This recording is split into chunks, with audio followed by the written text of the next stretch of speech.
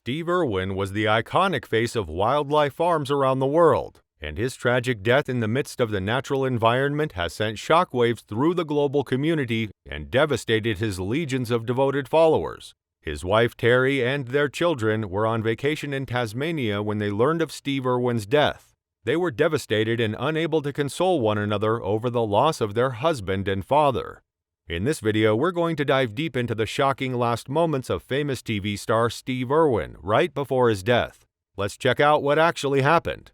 Steve Irwin, then 44 years old, packed up his truck on September 4, 2006 and drove to the Bat Reef in northeastern Australia to record underwater footage for a program directed by John Stanton and airing on the Discovery Channel. After landing in the little hamlet of Port Douglas on September 4th, the group set out on Steve Irwin's 75-foot research vessel, the Croc 1, bound for the Bat Reef off the Great Barrier Reef in eastern Australia. While sea turtles, dolphins, and whales were all present in the area, the crew only wanted to film a shark encounter for this episode. Unfortunately, the water was murkier than usual, and Steve and his cameraman Justin couldn't locate a good place to look for a wandering shark. Before they left, Steve Irwin noticed something that wasn't a shark but a gorgeous stingray, so they called off the shoot for the day. The principal weapon of these aquatic critters in their underwater habitat is a long, penetrating tail, over which they have complete control and agility. This did not bother Steve Irwin, though. From his many years of experience, he understood that stingrays generally avoided attacking humans unless provoked. Steve, fearless in the face of the unknown, swam closer and closer to the animal until it was just beneath him, at which point he gestured to his cameraman to swim down to him and began shooting the animal. Set against the vibrant seafloor, the scene seemed serene.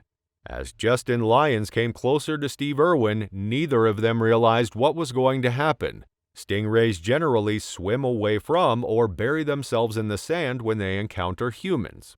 Steve Irwin had gotten within a few feet of the stingray and was sizing it up to get the best shot possible when the animal suddenly lunged upward, its long, sharp tail slicing through his chest.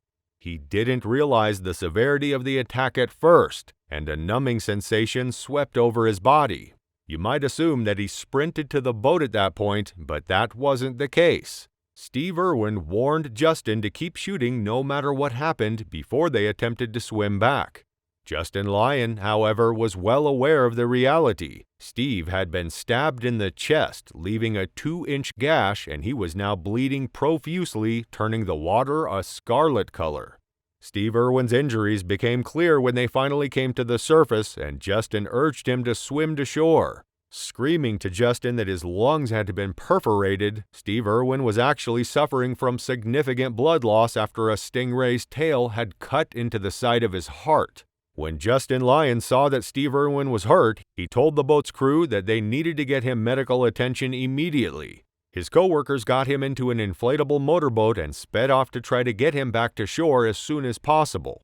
Despite Steve's gradual loss of consciousness, he maintained a courageous attitude throughout their time together. After a few minutes of inactivity, Steve Irwin's eyes closed and a bluish color spread across his face, signaling that he was nearing the end of his life. Steve Irwin, an internationally renowned naturalist and TV broadcaster, has died. Emergency medical services were dispatched to the coast in case they could save his life, but they pronounced him dead within seconds of arriving. Justin Lyon filmed the whole attack on Steve Irwin, from the moment he was stung by the stingray's tail until the final seconds when rescuers sought to revive him. Following a brief police inquiry, Justin erased the last copy of the recording out of respect for Steve's fighting spirit and to protect his family from seeing the sight of his death. Steve's horrific and horrible final moments were captured on film, but were never made public. We all miss this driven TV star who was admired for his resilience and determination.